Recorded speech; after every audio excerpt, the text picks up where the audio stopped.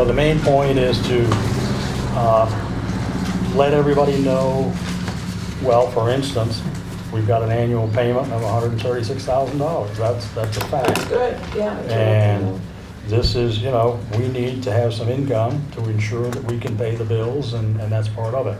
So we have most of the people pay their bills. We appreciate that, but they should not be held up, you know, for a rate increase down the road because there are people not paying their bills. That's kind of the gist of the whole thing. And we will start collecting. It's that simple, one way or another. So,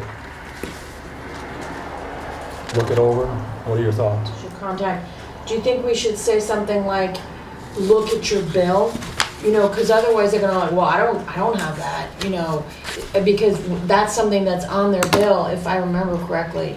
And certainly when we send a special letter, we bring that to people's attention.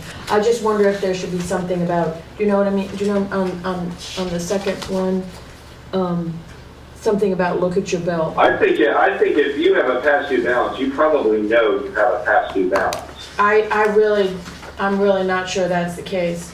I just think it would make sense to tell people where to find that out if they don't know. It's not a big deal, and then Do they not know how to read a bill? people don't necessarily open their bills. Of course, they may not open this letter either.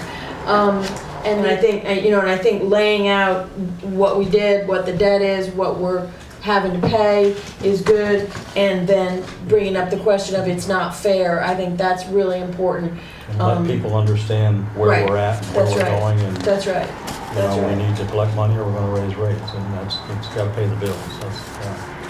So, okay, so we'll try to add something in there as far as your overdue amount will be indicated. I mean, and you know, at some point, we're gonna be sending out letters again. I mean, I think we sent out some letters, and did we send out some letters? Thank you. As far as, no, this was sort of the first step. Okay, all right. The we next didn't send step some- will okay. be to actually pick out that 120-day list that we talked Okay. about, and that's the next letter. And So is this that'll letter- follow more. So this letter's going to Everybody, Everybody. right, but is it gonna Everybody. go with their bill? No, No. no, it'll be a separate Okay, separate. Okay. letter, and they'll Sooner the be better. thought, okay, they'd be more apt to okay. read it. So the follow-up letter after this letter, is that going to be you need to settle your bill by X date or we'll terminate your service? Yes, I believe so. I think that's we've made the decision as to what the monetary amount is that we're going to start collecting on and possibly shutting down. That's the next letter that goes out. Yeah. I mean, this letter says if you've got a balance, please stop in. The next letter will say you have a balance and your water will be shut off if you do not stop in. Right, and that's the one that we have to follow the state statute and use that letter on, I think it's pink paper, right, that they require us to send.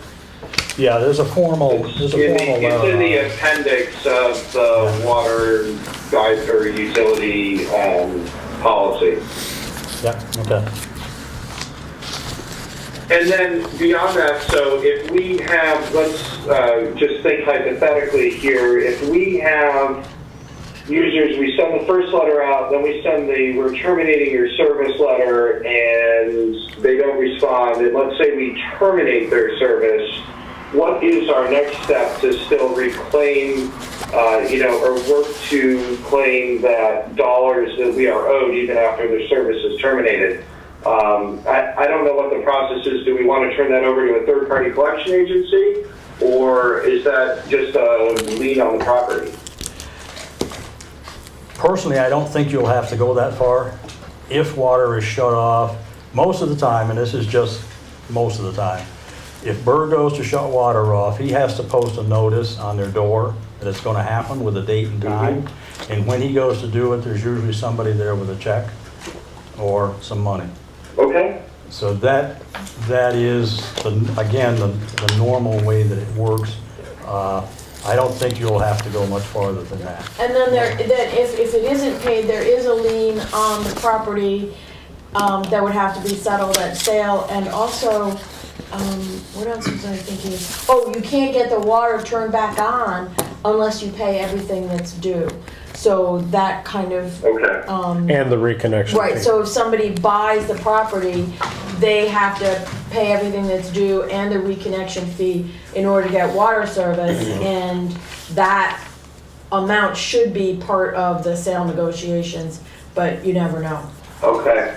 So, with a couple corrections here that have been talked about, is everybody comfortable with sending this out? Yes. I am. Yes. Okay, so we'll Yep. work on that one a little bit and get this out.